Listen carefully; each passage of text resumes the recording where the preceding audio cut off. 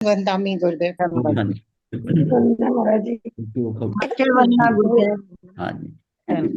मार साहब एक आश्रय का प्रचकान दीजिए। धारणा प्रमाण चले गो श्री गो श्री। मथेन होता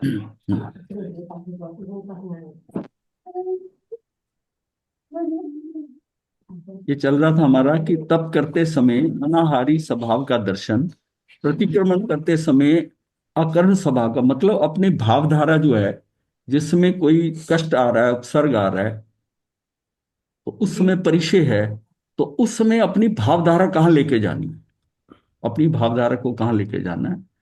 और उस भावधारा से मतलब होगा कि हम कुछ ना कुछ ऐसा आदर्श अपने सामने रख लेंगे जिसके कारण कि हमें वो महसूस नहीं होगा।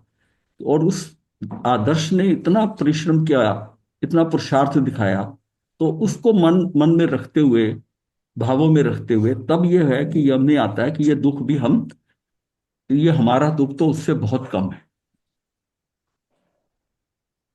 तो प्रतिक्रमण करते समय अकर्ण स्वभाव का दर्शन, मतलब क्या, प्रतिक्रमण का मतलब है कि कर्म क्यों करना। अगर अक्रिय हो जाए, प्रतिक्रमण कहाँ होता है कि जहां हमारा कहीं ना कहीं आक्रमण हो जाता है, आक्रमण हो जाता है, अतिक्रमण। हाँ, अतिक्रम का मतलब आक्रमण हुआ ना कहीं पर आपका, कहीं ना कहीं आपका ऐसा हो गया, चूक हो जाती है। तो उससे क्या है कि वापस आना, वापस आना। जैसे बीटिंग रिट्रीट बीटिंग रिट्रीट होती है। 26 जनवरी निकलती है, 29 को बीटिंग रिट्रीट होती है, आर्मी में होता है बीटिंग रिट्रीट, 29 वापसी वापसी हो जाती है जब उनकी। प्रतिलेखन के समय कोमल सभा पर दृष्टि, प्रतिलेखन जब कर रहे हैं तो अपने आप कोमल सभा, बड़े आनंद में, कहीं और दृष्टि ना जाए। समिति गुप्ती के पालन के समय संयम और अंतर्मुखता का दर्शन रहे। साधक का लक्ष्य प्रत्येक क्रिया से स्वभाव के प्रकटीकरण का ही होना चाहिए। देखिए, सारा ही साधना का सारा खेल भावों का नियंत्रण होना है, भावों का नियंत्रण करना है। और हमारे भाव जो होते हैं निरंतर हमें करने का अभ्यास होना चाहिए। लेकिन क्या होता है कि प्रतिक्रिया हो जाती, प्रतिक्रिया हो जाती, उतने अभी उतने सक्षम नहीं हुए कि कहीं कोई प्रतिक्रिया को, हम किसी क्रिया को देखकर प्रतिक्रिया ना करें। और अभ्यास हमने यही करना है कि हम तो हम जो है प्रतिक्रिया ना करें। तो इसलिए हमने जानना था ना, मतलब उस समय क्या होता है कि जैसे एक्साइटमेंट, एक्साइटेड हो जाता है, या स्पॉन्टेनियसली कुछ एक्शन कर लेता है एकदम देखते ही सिचुएशन के ऊपर ना जो है। तो उसके लिए क्या होता है कि थोड़ा सोच के चले, सोच के चले। बहुत अभ्यास करने के बाद भी आप देखेंगे कि रिएक्शन हो जाता है। तो साधक का लक्ष्य प्रत्येक क्रिया से स्वभाव के प्रकटीकरण का ही होना चाहिए। साधक को लक्ष्यहीन साधना नहीं करनी चाहिए। उत्कृष्ट लाभ प्राप्त करने का लक्ष्य और गुणों के प्रकटीकरण की कमाई करनी है। मतलब सारा खेल भावों का नियंत्रण का है। हमने एक सब्जेक्ट लिया भी था कि भावों को नियंत्रण कैसे करना है, भावों का। इसलिए साधना करते समय उसका लक्ष्य सतत स्वभाव दिशा को प्राप्त करने का ही होगा, तो ही आराधना में लयबद्धता आएगी।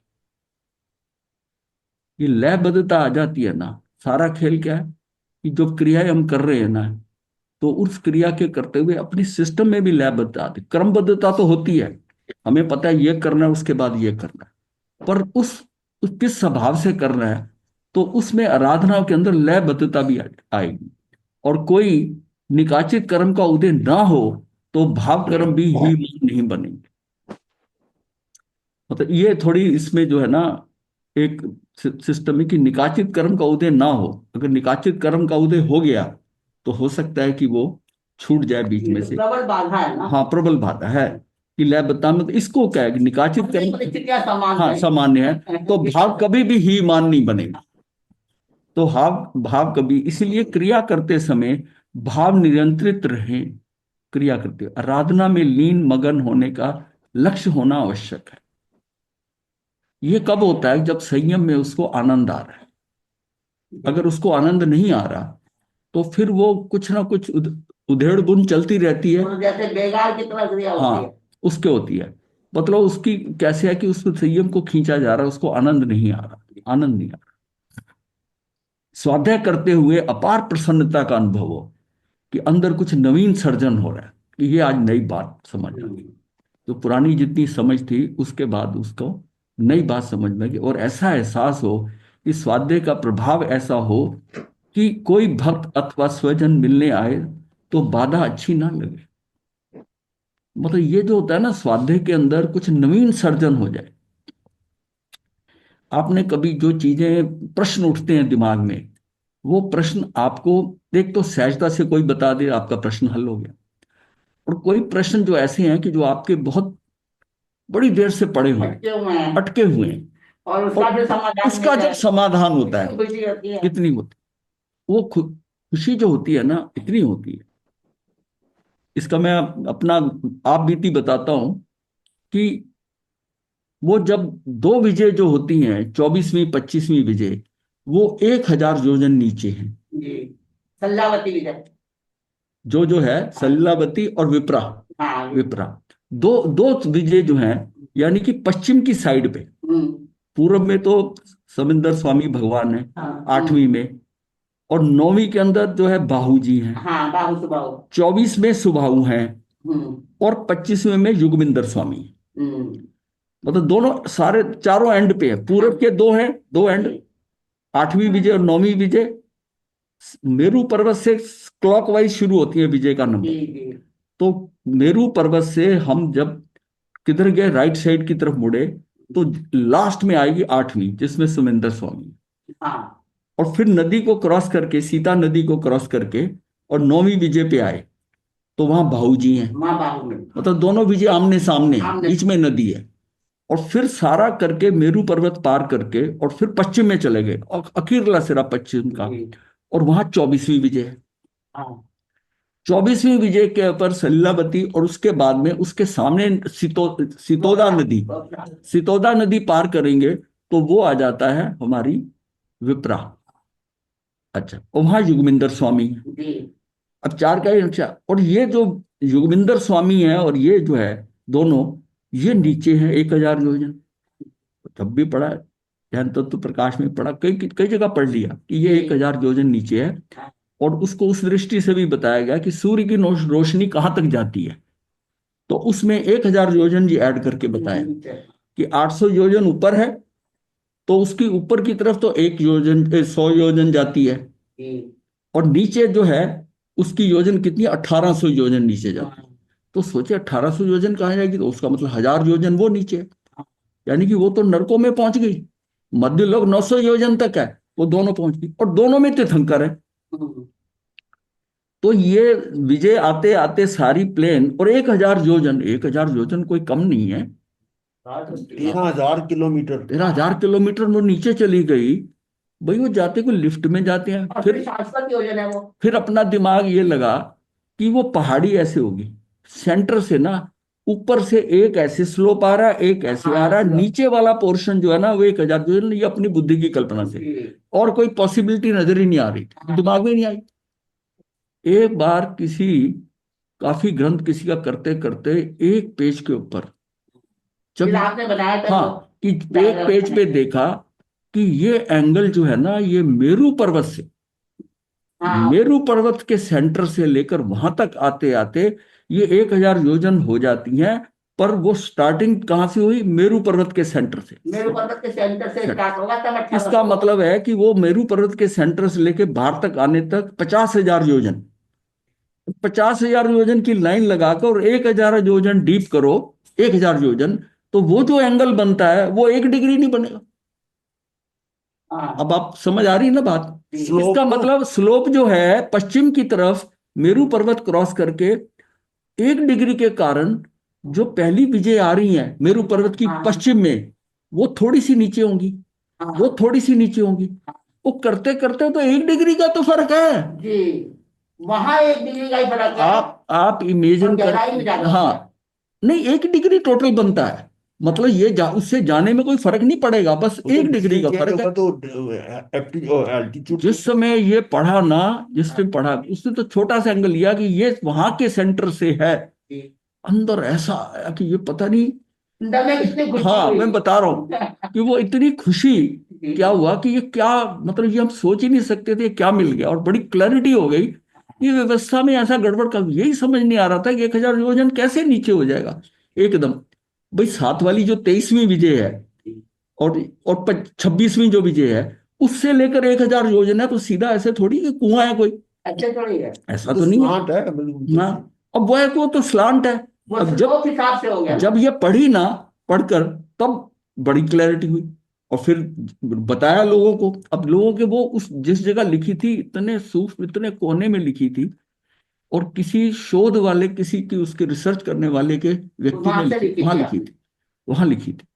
और ऐसी जगह थी जो अनइम्पॉर्टेंट जगह थी, जिसको छोड़ जाता तो वो निगाह में पड़ गई जैसे। तो ये जो खुशी होती है ना, ये एक अलग होती है, जिस चीज का हमें कभी दिमाग में अटकी और उसका ज्ञान हो जाए, या जो चीज कभी हमें पता ना हो वो हमारे सामने आ जाए। जैसे अब देवानंदा को पता चला, उन्होंने कहा कि मैं तेरा बेटा हूं। अब वो अप्रत्याशित। अप्रत्याशित कि मतलब जिसके मैं दर्शन करने आई, ये मेरा ही पुत्र है, हाँ। और वो पुत्र ही कह रहा है कि मैं, तुम मेरी माता हो। हाँ, अब मेरी माँ- उसका क्या है कि उसके बाजू बंद, उसका सारा शरीर जो है ऐसा हो गया, रोमांचित। और ये हो गई, इतनी रोमांचित हो गई कि उसके मतलब है कि दूध भी नजर आ गया निकलता हुआ, कि उसका वात्सल्य जो ममता वो है ना कि। तो गौतम स्वामी ने प्रश्न करा तो उन्होंने उत्तर दिया फिर। तो ये जो अप्रत्याशित कह लो, या जो अटके हुए हैं उसका हो, तो वो जो आपको आनंद आएगा ना, वो नवीनता है। वो नवीनता, उस नवीनता का जिस समय होगा ना, हाँ। तो वो अंदर कुछ नवीन सर्जन हो रहा है, वो बहुत पकड़ है। मतलब आज मैं जो बता रहा हूं ना, तो मुझे वो उस समय का स्वाद आ रहा हाँ, है, वो वाले भाव सारे अंदर स्वाद में आ आ रहा रहे है हैं। कि उसमें कैसा महसूस हुआ था, कैसा महसूस हुआ था। महर्षि जी, हाँ जी। इसका मतलब ये हुआ कि कंटिन्यूस स्लोप हो गया तब तक, वहां हाँ तक। हाँ, सेंटर से, और सेंटर सेंटर से से लेकर, मतलब सेंटर से लेकर बाहर की एक लाइन लगाओ जो 50 इंच लंबी हो, या 50 सेंटीमीटर ले लो, और करेक्ट। 1 सेंटीमीटर जो लास्ट वाला सिरा है ना, उसको डीप करके और एंगल बनाओ, जी। तो हाँ जी। कितना एंगल बनेगा? हाँ जी। एक तो एक डिग्री का फर्क एक एक और 50, 50 के साथ एक एक ऐसे करोगे तो कितना डिग्री, 1 डिग्री का, होगा ही बनेगी। 1 डिग्री का करीब करीब बनेगा।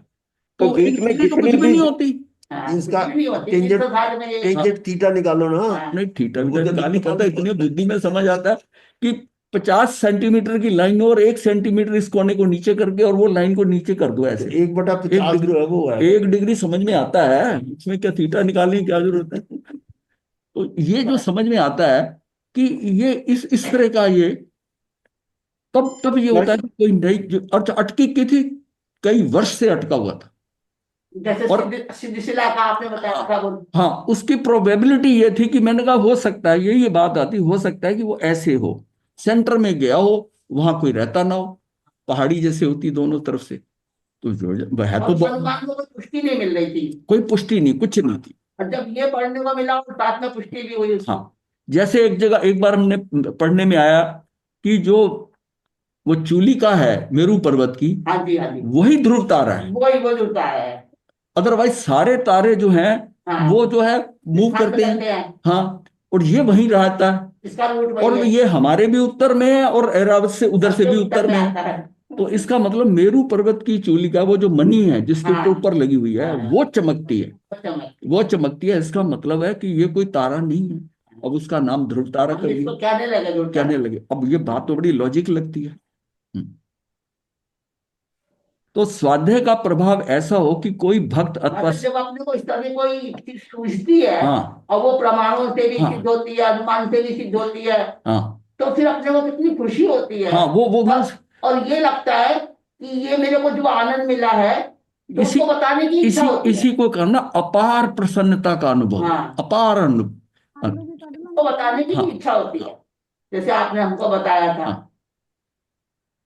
तो महर्षि कोई जी, भक्त एक और अथवा क्लैरिफिकेशन। स्वजन मिलने आए तो बाधा अच्छी ना लगे, उसे प्रतीक्षा करने के लिए संकेत दे और स्वाध्याय जारी रहे।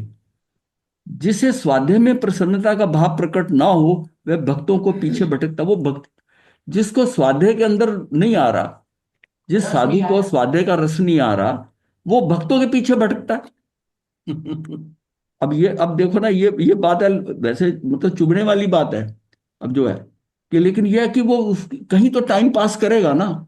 अब जिसके पास ध्यान और स्वाध्याय दो टूल हो, जिसको ध्यान में भी आनंद आता हो, स्वाध्याय भी आता हो, वो अकेला है, कोई है, मतलब कोई है वह है या नहीं है, वो अगर स्वाध्याय और ध्यान कर रहा तो उसको तो आनंद है, उसको तो टाइम, उसको कुछ और नहीं चाहिए उसको। उसको कुछ बिल्कुल और नहीं सही चाहिए, सही। उसको हाँ उसको कुछ बिल्कुल। और नहीं चाहिए। और जो स्वाध्याय और ध्यान में आनंद नहीं है, तो वो फिर कोई ना कोई तो आए ना उसको, कोई खाली तो लंबन नहीं लेना रह पड़ेगा, सकता। कोई लंबा लेना पड़ेगा जी। हाँ जी, तो कोई ना कोई, अरे है, इसका बिल्कुल मतलब है कि साधु के लिए ध्यान और स्वाध्याय रस आना चाहिए दोनों चीजों में। सारा दिन स्वाध्याय नहीं कर सकते, सारा दिन ध्यान नहीं कर सकते, जब खाली समय हो तो स्वाध्याय कर ले, और अगर ये देखे कि भाई अब रेस्ट करके आए तो ध्यान कर ले, रेस्ट कर ले, स्वाध्याय करा, ध्यान कर लिया, ध्यान के बाद फिर स्वाध्याय कर लिया, तो उसको अकेलापन हो, कितना भी समय हो, वो गुजार सकता है। अब जिसका इसमें मन नहीं लगता, वो बाहर भटकेगा। जहां भी प्रवृत्ति टाइम कुछ पास। और होने लगे, हाँ बस ये समझो उसमें हम बाहर आ गए। हाँ, ऐसे ही है इससे स्वाध्याय। बात करने की इच्छा है, हाँ कुछ और चीज में इच्छा जा रही है, तो बस समझो हम बाहर आ। हाँ, तो हाँ, जिससे स्वाध्याय में प्रसन्नता का भाव प्रकट न हो, वह भक्तों के पीछे भटकता है। मिलने वाले से पुरानी पहचान निकालना, लंबी चर्चा करना, पत्र लिखना, फोन करवा कर बुलाना, ये सब सेमी के खालीपन का सूचक है। टाइम पास तो करता है, हटा कैसे है, करेगा? वरना वो चीजें कहीं भूल जाता है, वो स्वाध्याय ध्यान में लगा होता है, उसकी अपनी कोई जरूरी चीजें भी ना, चलो इसको कल कर लेंगे उसको, क्योंकि उसको रस किस में आ रहा है, स्वाध्याय और ध्यान में आ रहा है, वहां रस आना शुरू। मैं बताता हूं कि अब जब हम स्वाध्याय से नहीं जुड़े थे, या ध्यान साधना से, ध्यान साधना से पहले और स्वाध्याय से, और फिर ऐसे शिविरों में जाना, हर संडे को चले जाना, महाविद्य क्षेत्रम दिल्ली में चले जाना, टाइम ऐसे पास होता था। लेकिन उससे पहले जब हम इसमें नहीं लगे थे तो क्या होता था कि संडे से मतलब 4 दिन पहले ही कौन सी फिल्म की टिकट बुक करानी है, क्योंकि उस दिन घर पे रहते हुए सैटरडे संडे अगर ऑफ है या सैटरडे, तो उसमें क्या कि फिल्म देखनी है, प्लानिंग चलती थी घूमने फिर। जाना है, किसी मित्र को बुला लिया, उसके घर चले गए, वहां से पिक्चर हॉल से वहां चले गए, या उसको साथ लिया तब पिक्चर हॉल में चले गए। क्यों? कि छुट्टी व्यतीत करनी है। तभी तो मन को बंदर की और जब यहाँ ये चीजें आ गई, सारी मित्रताएं छूट गई, पिक्चर देखना छूट गया, बस कहीं जाने का मन ही नहीं करे। उसमें आनंद इतना आने लगा कि किसको मिलके जाकर क्या करना है। लोग कई बार ताना भी देते थे, भाई क्या हो गया, इतने मिलते नहीं, इतना रेगुलर मिलना और नहीं मिलके, जो भी वो तो कुछ ना कुछ करेगा कुछ ना कुछ करेगा, तो इसमें रस आने लगा, तो वो छूटता चला गया वो सारा। राजस्थानी में एक है, मारो मन बांध लो रे, ये तो बड़ा फजाको हमारे हाँ राजस्थानी भाषा में है। हाँ, तो एक बात है। ये सारा क्या है कि प्रेमी के खालीपन का सूचक है। चौथी समझ की सीढ़ी तैयार करने के लिए आराधक भावों का प्रकटीकरण तथा विराधक भावों का विच्छेद आवश्यक है। ये जो चौथी समझ की सीढ़ी तैयार करने के लिए आराधक भावों का प्रकटीकरण तथा विराधक भावों का विच्छेद आवश्यक है। अब ये जो फिल्म देखना, घूमना, ओलंपिक आ गया, उसके मैच की टिकट देखनी, तो अपने को छुट्टी वाले दिन टाइम पास करने के लिए 3-4 दिन पहले ही प्रोग्राम चालू हो जाता है कि इस संडे को क्या करना है। और जब, इसमें लगे हुए थे। हाँ, जब उधर से हटे हटे, तो ये लगा कि ये तो बहुत आनंद है, ना तो इसमें पैसा खर्च होता है, ना किसी के पास जाना है, ना कुछ है, बस स्वाध्याय करते थे सुबह स्थानक में, वहां से एक प्रोग्राम बन जाते, कभी ये भी साथ हो जाते थे, और लेके महाविद्य चले गए, कोई और बहनों ने कहा कि हम भी वहां चलती हैं, वो भी ले गए, चले गए वहां से। कई बार भोजन भी वहीं करना, फिर वहां से आ जाना, पर भी पूरा दिन लगा देना, इस तरह चलता था। फिर आचार्य जी का आना हो गया, फिर आचार्य जी के पास टाइम गुजरने लगा, मतलब जीवन का पता ही नहीं चला। मतलब है कि ये जो पिछले साल गए हैं, यानी कि 2001 से 2025 ये हो गया, मैं समझता हूँ बहुत स्पीड पे गए, बहुत स्पीड पे गए। और कहीं कोई मन में ऐसी टेंशन, और वहां कितना हमारे दिमाग में क्या क्या घूमता था कि ये देखने जाना है, घूमने जाना है, ये स्थान देखना है, फजूल की बात, उसका कुछ लेना देना नहीं था। चौथी समझ की सीढ़ी ये जो है ना, इसमें विराधक भावों का विच्छेद जो है ना, ये आवश्यक होता है, क्योंकि अंदर में रहा हुआ अनादिकालीन विराधक भाव हमारे आराधक भाव के संकल्प को सफल नहीं होने देता। जो अंदर विराधक विराधक भाव है, आगे जाके आएगा विराधक भाव भी कौन कौन से, विराधक भाव हमारे आराधक भाव के संकल्प को सफल नहीं होने देता। केवल काया के स्तर पर आराधना होने से उसमें निर्भयता, निश्चिंतता, प्रसन्नता प्राप्त नहीं होती, भीतर अपूर्व शांति का एहसास नहीं होता। इसलिए किसी भी कोने में विराधक भाव ना रह जाए, इसके लिए अति विशिष्ट प्रयत्न अपेक्षित है। देखिए साधु संतों के भी अब लोग दर्शन करने आते हैं ना, पर ज्यादातर देखा होगा छुट्टी वाले दिन आते।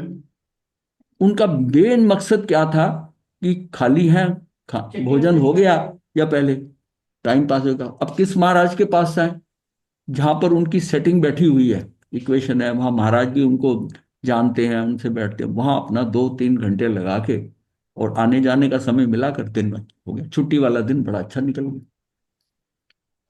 वो एक्चुअल में क्या है, कुछ सीखने नहीं आते, वो टाइम पास करने आते। बहुत कम श्रावक हैं जो कि किसी ज्ञान के लिए आएंगे कि सबको कि हमने महाराज ये पीछे ये 1 हफ्ते में पढ़ा, ये नहीं समझ आया, ऐसा नहीं। नहीं, मेल जोल परिवार के लेके आउटिंग जैसे है, रिलीजियस आउटिंग हो जाती फिल्म देखने से तो फिर भी ठीक है। नहीं, उससे तो ठीक है। नहीं वो नहीं, बात वो ठीक और खराब की नहीं है, बात तो टाइम पास की है। कैसे पास करें? टाइम कैसे पास हो? करते करते भाव जागृत हो जाएगा। और तो हम लोग ऐसी लाइन पे आए ना, मैं कह रहा हूँ वैसे ही आए ना, एक प्रवचन सुन के लगा वो तो भाव उसके हुए। अब किसी के भाव जागृत हो जाए तो मैं ये नहीं कहता, इसको मैं रूल आउट नहीं करता, पर एक्चुअल उसकी उसकी निगाह से देखो ना, ये तो आपकी निगाह है, उसकी निगाह से देखो, वो एक्चुअल में टाइम पास करने के लिए, टाइम पास ज्यादातर केवल काया के स्तर पर अर्थात इससे पहले जो हमने एग्जांपल दी थी वो बीच में कि वो महाराज के पास बैठा, स्थानक में आ गया, पहली बार कहां से आए, यहां से आए, थोड़ी देर करके बैठा रहा, आधा पौना घंटा, फिर कहता टाइम हो गया। तो पता चला कि उसकी गाड़ी लेट थी और स्थानक स्टेशन के पास था, तो भाई साथ चले जाते हैं वहां पर, वहां टाइम भी पास हो जाएगा, चाय पानी का अरेंजमेंट भी हो जाएगा और अपना ठीक है, वो टाइम पास हुआ, अपना चला गया। ये कोट हमने बताया, इसमें शुरू शुरू में था। इसलिए किसी भी कोने में विराधक भावना रह जाए, इसके लिए अति विशिष्ट प्रयत्न आवश्यक है। अब हमने घर, वैभव, परिवार, फैशन, व्यसन आदि छोड़े, इतना सब त्याग करने का अर्थ है कि हाथी निकल गया, अब क्या रह गया? अब एकमात्र विराधक भावों की पूंछ रह जाए तो ये कैसी करुणा है। मतलब इतना सारा छोड़ दिया, संसार छोड़ दिया, सिर्फ ये क्या है कि विराधक भाव रह गए अंदर, बस ये पूंछ जो है ना, ये उस पे है कि कैसी करुणा है कि मतलब हाथी निकल गया, पूंछ रह गई। इसलिए आज से संकल्प करें कि जब जब हमारा मन किसी भी विराधक भाव में जाने को तैयार होता है, तब आत्म जागृति द्वारा तुरंत तुरंत विराधक जीव, जो विराधक जीव है, वो स्मरण, विनिपात, विपाक, विभाव और विकृति, ये जो है ना, इन 5 बातों को गंभीरता से याद करें। स्मरण का मतलब है कि वो विराधक जितना मतलब विराधक दशा का दर्शन करना कि यहाँ यहाँ मेरे से भूल हुई, ये मेरे से जीवन में गलतियां हुई, ये उसका स्मरण करे, स्मरण करे। विनिपात का क्या है कि उसका उस समय पर किस ढंग से, मतलब पतन ही हुआ। विनिपात का मतलब कि किसी से उसका पतन हुआ, किस कारणवश पतन हुआ। विपाक का मल कि उनका क्या फल आया, और विभाव का मतलब स्वभाव छोड़ के मैं विभाव में गया, मुझे करना तो ये चाहिए था, कर मैंने ये दिया, विभाव में गया, और उसके कारण क्या क्या विकृति हुई। तो इन 5 बातों को गंभीरता से याद करें कि मेरी ये गड़बड़ कहां हुई है। ऐसा करने से विराधक भावों का सामर्थ्य टूटता है, और उपरोक्त 5 बातों को याद करते हुए विराधक भावों यानी पापों को क्षय करने का लक्ष्य रखे। ना क्षय कर सको तो कम से कम उनको कमजोर या क्षीण तो कर सकते हैं ना, विराधक भावों को, उनको बदल ये सकते हैं। हमारे पास्ट की यूटिलाइजेशन है। हाँ, तो हाँ ये विराधक, पास्ट जो आपने बताया ना, हाँ जी, ये पास्ट को देखना, हाँ उसी को पास्ट का सदुपयोग है। विराधक को इसको देखना है हाँ, आत्म जागृति द्वारा। ये कहते हैं ना पास्ट में नहीं जाना, हाँ, भूतकाल नहीं, में अपनी पास्ट में मतलब उन बातों में नहीं जाना, पर अपनी जो गलतियां हुई हैं उसको गलती देखिए। जब जीव आगे बढ़ता है ना धर्म में, तो उसको पीछे वाला जो है ना, उसमें पहले जब उस समय थे तो गलती नहीं नजर आती थी, जब हम आगे बढ़ गए तो पीछे फिर गलती नजर आती है कि उस समय हमने ऐसा क्यों किया, क्योंकि उस समय कोई और ऑप्शन नजर नहीं आई थी, अब ऑप्शन नजर आने लगी, तो हम उसकी बजाय अगर ये करते तो क्या होता। तो विराधक भावों का जोर शक्ति कम होगा तो सहज ही आराधना के समय आराधक भाव बढ़ेगा। विराधक जीवन के दर्शन, हाँ किस कारण जीव का पतन हुआ, उसके फलस्वरूप जीव को क्या मिला, हाँ, कैसे विभाव में विराधक भाव ले जाते हैं और विपरीत भाव के कारण कैसी विकृति पैदा हुई। इस प्रकार निर्मल आराधक भावों द्वारा चित्त प्रसन्न रखेंगे और समीक्षण प्रज्ञा अर्थात समझ की सीढ़ी, मतलब ये जो समीक्षण प्रज्ञा, इसको समझ कह दो या सजगता कह दो, बात एक ही, अर्थ उसका यही है कि सीढ़ी निर्मित होने से सफलता अवश्य प्राप्त होती है। ये मतलब निर्मल आराधक भाव, और इससे क्या होगा, चित्त प्रसन्न रहेगा। अब यही है कि संयम के अंदर आनंद आने लगेगा तो चित्त प्रसन्न रहेगा, चित्त प्रसन्न रहेगा। तो यहां पर हमारा जो है ना, ये यहां पर ये समाप्त हुआ समीक्षण प्रज्ञा। समझ वाला समाप्त हो गया। हाँ, अब समर्पण अब समर्पण आ गया। ये लास्ट जो है ना, पांचवी जो सीढ़ी है वो है समर्पण की। अंतिम और सर्वश्रेष्ठ सीढ़ी है समर्पण की। सम अर्थात सम्यक रीति से और अर्पण अर्थात सौंपना। हमारे पास जो कुछ भी है वह बिना शर्त सदा सर्वदा के लिए कृतज्ञ भावपूर्वक देव गुरु के चरणों में समर्पित कर देना, इसको समर्पित कर देना। हमारा शरीर, मन, इंद्रियां, उपकरण, आराधना, पुण्य उदय, हमारा सर्वस्व, इन सब की मालकियत जो है, स्वामित्व जो है वो देव गुरु की है। मतलब ये मानकर करना कि ये उनकी कृपा से जो मिला है। ये सारा हमारे पास रही हुई इन वस्तुओं पर से जैसे जैसे स्वामित्व के भाव हम घटाते जाएंगे वैसे वैसे हम मोह राजा से मुक्त हो जाएंगे। मतलब ये जो चीजें हमें सारी मिली, शरीर मिला तो शरीर मिला तो ये भी पौद्गलिक पदार्थ का उपकार है। इसके बिना मेरी अभिव्यक्ति नहीं हो सकती। ये मतलब एक टूल है जिसके कारण ही मैं अभिव्यक्त हो सकता हूं। मन वचन काया का जो है ये क्या उसकी है ना, ये पुद्गल का उपकार है जीव पर, उसकी साधना के लिए ये उपकार है। कितना सहयोगी है, मतलब इस एंगल से भी देख सकते हैं उसको। और ये पुद्गल, ये कर्म, ये हमको फंसाने वाले हैं, इस एंगल से भी देख सकते हैं। पर इन कर्मों से निकालने के लिए भी काम तो पुद्गल पे ही करना पड़ेगा ना। मन वचन काया से होगा। कान होंगे तो सुनेगा, ज्ञान लेगा, बोलेगा, बात करेगा, प्रश्न उठाएगा। तो ये किसका, पुद्गल का उपकार है। पुद्गल तो है। पहले 4 प्रकार की सीढ़ियों पर के आरोहण करने पर यदि कोई कमी रह गई हो तो वह 5वीं सीढ़ी समर्पण की से पूरी हो जाएगी। मतलब है संवेदना पे, सद्भावना पे, सेवा पे, समीक्षण प्रज्ञा पे, इसमें किसी तरह की भी कोई चीज रह गई हो तो ये फाइनल जो समर्पण भाव है ना, इससे वो पूरी हो जाएगी। 5वीं सीढ़ी के निर्माण से पूरित हो जाएगी। सर्वप्रथम हमें हमारे गुरुदेव के प्रति समर्पण भाव धारण करना चाहिए। भावों में उत्तरोत्तर वृद्धि करते जाना चाहिए। जैसे जैसे हमारे अंतर में गुरु के प्रति समर्पण भाव बढ़ता जाता है वैसे वैसे रहस्यों को समझने की शक्ति और उन्हें पचाने की शक्ति भीतर खिलती जाएगी। अब जैसे जैसे हमारा के अंदर ना गुरु के प्रति समझने की शक्ति और पचाने की शक्ति। पचाने मतलब एक तो मिल गया, कोई थोड़ी चीज समझ में आ गई, वो 10 को वही चीज बताता फिरता है। तो भाई सब बताना नहीं चाहिए। बताना नहीं, कहाँ जहां बताएंगे नहीं तो कैसे आगे बढ़ेगा। यही उछलना है उसको अपने अब्जॉर्ब। जहां कहीं सिचुएशन आती है बताना है। जो चीज अभी पता चली, कई बार देखा वही चीज पढ़ी और फट से उसको आउट कर दिया कि जैसे कि पहले अपने अंदर धारण करो ना उसे। मतलब जानकारियां जो हैं, जो आरोपित हुई हैं, जानकारियों से मतलब नहीं है। जैसे कोई भी रहस्य की बात है, अगर गुरु नहीं बताएगा तो शिष्य को कैसे पता चलेगा। गुरु नहीं बताएगा, लेकिन जब रहस्य गुरु ने समझा दिया, हाँ, अब आप उसको ढिंडोरा पीटने लगे। आपके पास जितने श्रावक आते हैं उन्हीं को सुनाने लगे। आज नया सुना, बात क्या सबके लिए आई है, कॉमन बात। हाँ, सबके लिए आई है। सबसे पहले अपना क्या, पहले पचाना सीखो। कोई इंफॉर्मेशन, कोई बात आपको मिली है उसको पहले पचा लो।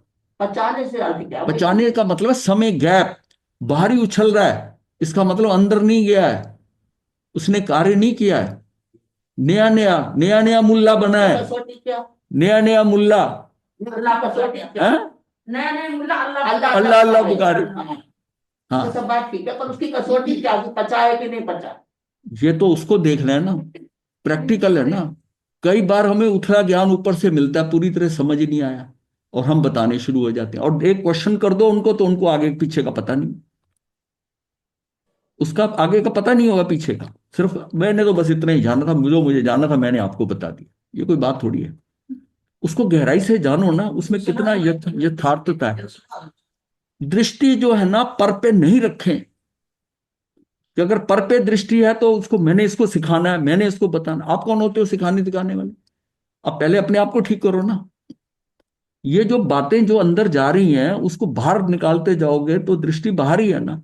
तो फिर तो कोई किसी को कुछ बताया ही नहीं फिर। अरे बताने का टाइम पे है, आज आज बताई ना दो चीजें। ये क्यों बताई हैं? इस समय को बताने के लिए, उसका पात्रता से।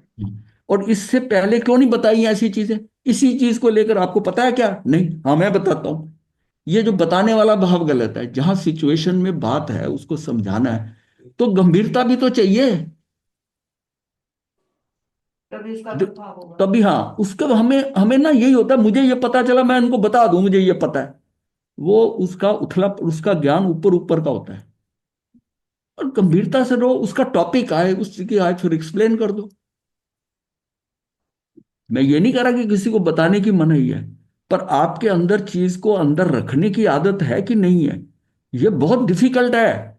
इधर से बात सुनी, अंदर हाजमा खराब हो जाता है, 5 मिनट में दूसरे को जाके नहीं बताए। वो एक अलग चैप्टर हो गया।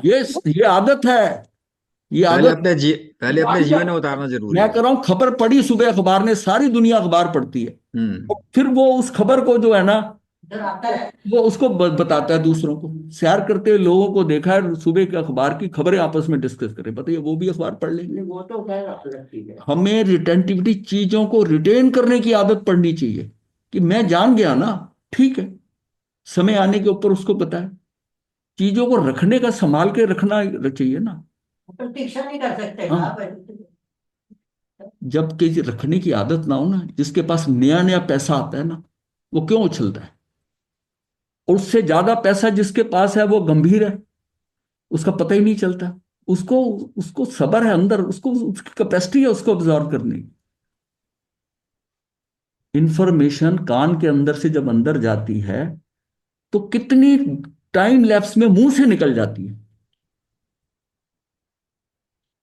एक तो एक कान से सुनता है, एक कान से निकाल देता है। एक कान से सुनता है, वो मुंह से निकाल देता है। और एक जो है कान से सुन के पेट में डाल लेता है। अब इसमें किसको ठीक समझेंगे आप? पेट में ले जाए, हाँ, पेट वाले ही ठीक है ना। मतलब हम अपनी आदत क्यों बिगाड़े?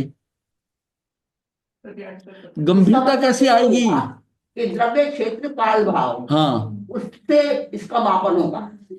जैसा मर्जी समझ लो। हाँ ये वो आचार्य सूत्र की हैं। जो विपरीत चलता हाँ, श्रीमद राजचंद्र जी का असर देखो। उसमें गाथा नंबर 196 जो है ना, जब तक जिसकी जिज्ञासा नहीं हो हाँ। उसको बताने की हमारी आज्ञा नहीं है। हाँ, उसकी जिज्ञासा पूछे बता दो, बिना पूछे नहीं वो बता। पूछेगा ना तो अपने अंदर से इंफॉर्मेशन आएगी कि अब मैं इसको सारा समझा दूं। वो है, एक होता है बताना, एक होता है उसकी रुचि हो ये बात सही है। सुनने की, जिज्ञासा। उसकी पात्रता बननी चाहिए, है ना।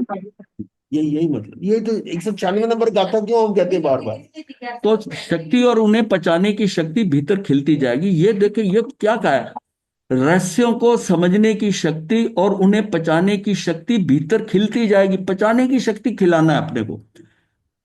दूसरे को बताने के एम में मैं एक इंफॉर्मेशन आती ऊपर ऊपर से, वो आज कर दी, बात कर दी, और 10 दिन बाद उससे बात करो ना तो उसको उस चीज की कहीं पर नहीं आएगी। वो चीज को उसने अब्जॉर्व करना है, अब्जॉर्व करना है, अंतर ग्रहण कर लेना। आ गई है इंफॉर्मेशन। जब मोमेंट आएगा जहां पर होगा वो बात निकल के आएगी, वो बात निकल के आएगी। ये जो है ना, ये हमारी जो है ना, ये शक्ति है, पचाने की शक्ति। पचाने की शक्ति भीतर खिलती जाएगी। मुझे इसका अभ्यास करना है कि इधर से बात सुनी, इधर निकाल दी। जो बात आज चल रही है वो सुनकर और फैलाते जाओ, बताते जाओ, अंदर ही नहीं, पेट में रहती नहीं। हाँ, पचाने की शक्ति होगी तो तुरंत प्रतिक्रिया नहीं होगी, नहीं तो आदमी तुरंत प्रतिक्रिया करेगा। मैं ये नहीं कह रहा क्या होगी, मैं कह रहा हूँ ये शक्ति डेवलप कर लो, हाँ, शक्ति डेवलप कर लो। उसके ऊपर कभी कोई चीज सुनते हो तो उसकी जुगाली कर लो, और फिर उसको पूरी तरह आपकी समझ में आ जाएगी क्या सुना है, क्या बात है। महाराज जी, हाँ मतेबंदा में जी, ये काल का प्रभाव नहीं है? मैं कह रहा हूं सारी चीज काल पे डाल दो। नहीं, जितने जैसे 14 पौद्गलिक पूर्वों देखो, का जीव के पास क्या है कि 14 चार पूर्वों का और ज्ञान। द्रव्य हैं, पांच और द्रव्य हैं। कोई भी प्रॉब्लम आए, उन उन जो है अचेतन है उसके ऊपर प्रॉब्लम डाल दो। नहीं नहीं नहीं, प्रॉब्लम जैसे 14 पूर्वों का ज्ञान 10 पूर्वों का रह गया। अब काल फंसा दिया आपने। मैं नहीं ये नहीं कह रहा हूं ये हमारी हमारी पचा, जैसे कहते हैं कि पुरुष की पचाने की शक्ति ज्यादा होती है, इन स्त्रियों से कम। ये बात स्टैंडर्ड बने हुए है ना। नहीं महाराज अब जी, ये नहीं जैसे कि सारी स्त्रियां ऐसी हैं, बट 14 पूर्वों का ज्ञान जो 10 पूर्वों का अच्छा रह उल्टा गया। बोल दिया। महाराज जी, 10 अच्छा तो ठीक है, तो करेक्ट कर लो। और फिर पुरुष की 14 जनरल पूर्व। कैपेसिटी जो है ना वो ज्यादा, वो आप कम मतलब है। ये नहीं कि महाराज जी, भी कई ऐसे हैं कि बात को 14 फैलाते हैं, लेकिन वो मेरी रेशियो बात का कम है। थोड़ा मुझे क्लैरिफिकेशन दें। 14 पूर्वों का ज्ञान जो 10 पूर्वों का रह गया। आवाज कर दो, ऊंचा कर दो पर। महाराज जी, जो 14 पूर्वों का ज्ञान 10 पूर्वों का रह गया, हाँ, वो इसी कारण से रहा ना कि भाई स्थूली बुद्ध जी को, मतलब कि जो पचाने मिला की उसको। शक्ति कम हो गई। वो जो है। ज्ञान दिया भद्रबाहु ने, हाँ स्थूली भद्र पचा नहीं पाया, और उसको मन हाँ, में क्या आया कि मैं इसको दिखाऊं बहनों दिखा को। दूं। हाँ, ये दिखा दूं। ये उसके कारण ही वो वहीं रह गया, उसके कारण ही रह गया। ये इसको पचाना है। जब ज्ञान मिल रहा है, नया नया ज्ञान होता है, ये भी पात्र के ऊपर डिपेंड करता है। आपका पात्र जितना अच्छा स्ट्रांग होगा, चीजें आती रहेंगी। और पात्र अगर हल्का है तो उछलेगा, उछलेगा। वो कहते हैं ना, वो क्या क्या है, आदि आदि जल गगरी छलकत जाए। ये बात वो उस पे चोट हो रही है कि आप उसको उसको उसको संभालो। मतलब दृष्टि हमेशा पर पे चली जाती है। क्यों? तो हम ऐसे कैसे बताएंगे? अरे आपने ठेका लिया। आपने अपनी हैबिट डेवलप करनी है कि कोई चीज आती है उसको मैं पचा लूं, पचा लूं। तो मेरा क्या है कि मेरा रिएक्शन नहीं होगा। चीज मैंने सुन ली, मैं हजम कर गया।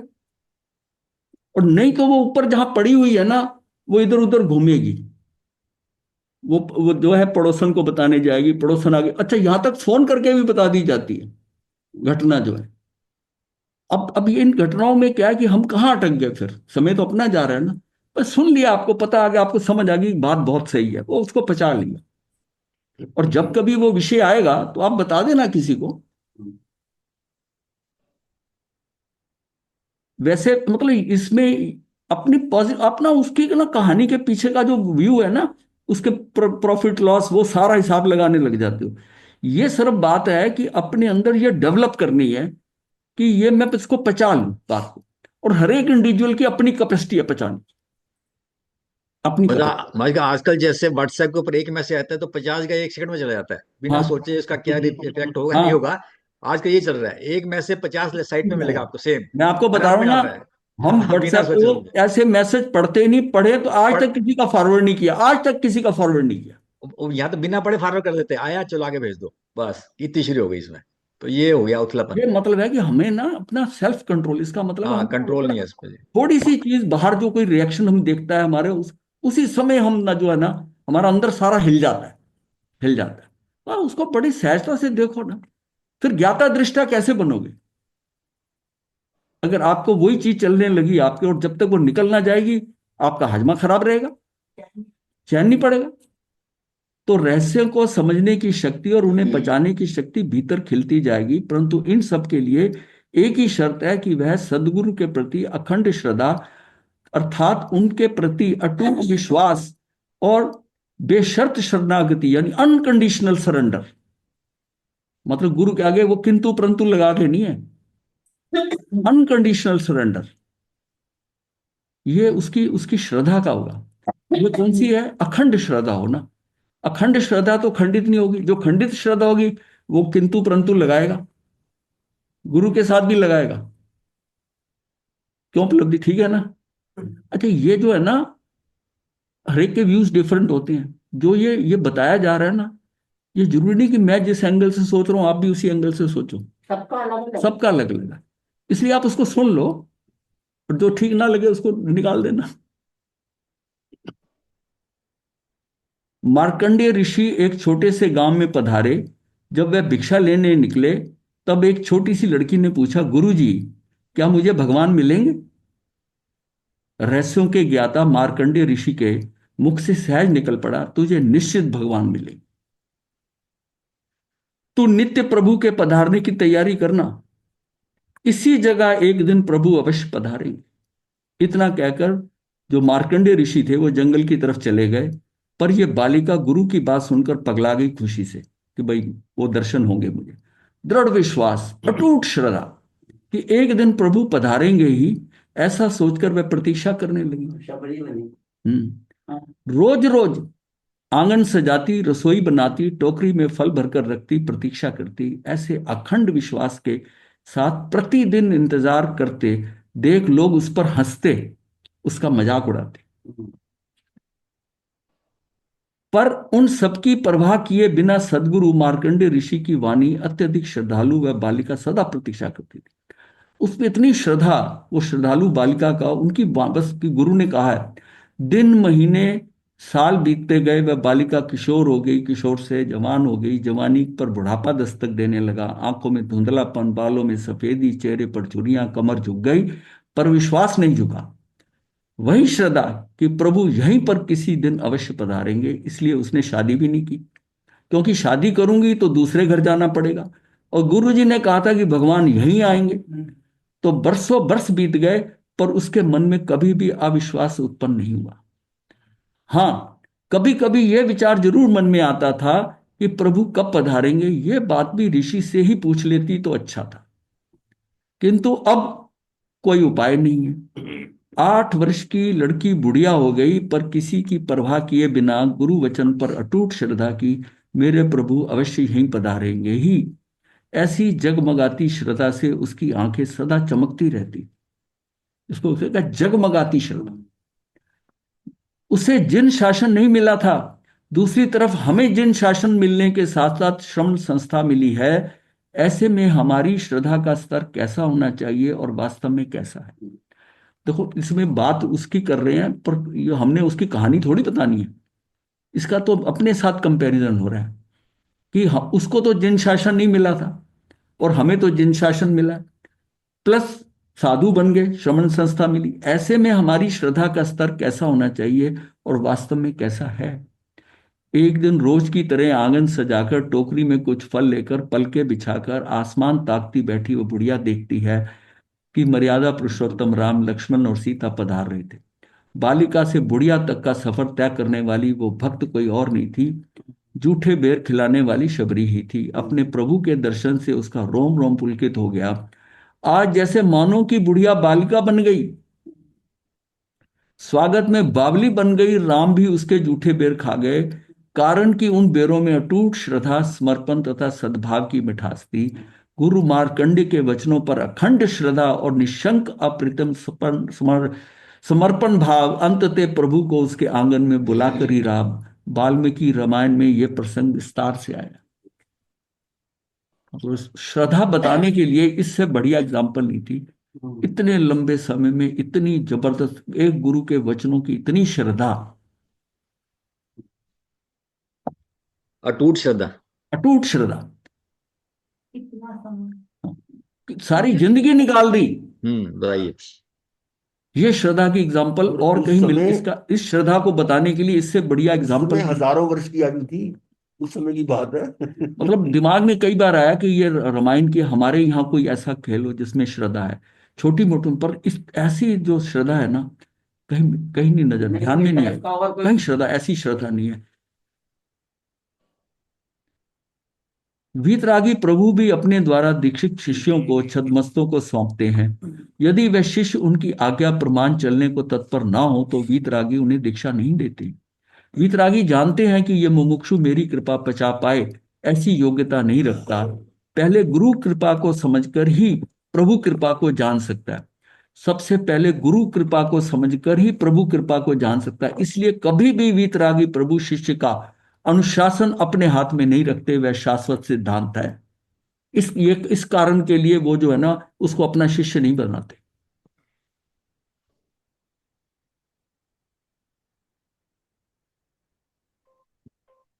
हमें ये हो गया टाइम। हमें यदि प्रभु दीक्षा देती हैं और किसी को सौंपते हैं तो क्या हम उनकी आराधना कर पाते हैं? ये एक विचारणीय प्रश्न है। और अनेक जगह ऐसा देखने में आता है कि दीक्षा के पहले के समर्पण भाव का बाद में दिवाला निकल जाता है। क्यों? ठीक है ना? उसके पीछे अहंकार ही मुख्य कारण है। हमारा ज्ञान, होशियारी, प्रवचन शक्ति, पुण्योदय, इन सब में हम गुरु के साथ निज को तोलते हैं। खुद को गुरु से आगे मानने की बुद्धि हमें अहंकारी बना दी। यही समाप्त करते हमारे जे काशना करा दो धारणा प्रमाणे चले। बोस रे बोस। अच्छे बंदा गुरुदेव काशना मेरा धारणा प्रमाणे बोस रे बोस। हाँ जी गुरुदेव। नमो अरिहंतानं, नमो सिद्धानं, नमो अय्यर्यानं, नमो उज्झायनं, नमो लोये सर्वसाहुनं। यतारि मंगलम अरिहंता मंगलम सिद्धा मंगलम साहू मंगलम केवली पनतो धम्मो मंगलम। यतारि लोगोत्तमा अरिहंता लोगोत्तमा सिद्धा लोगोत्तमा साहू लोगोत्तमा केवली पनतो धम्मो लोगोत्तमा। यतारि शरणं प्रवज्यामि अरिहन्ते शरणं प्रवज्यामि सिद्धे शरणं प्रवज्यामि साहू शरणं प्रवज्यामि केवलीपनतं धम्मं शरणं प्रवज्यामि। चारि शरण सपने मंगल करें सदा ही मंगल। मते बंदा बहुत कृपा।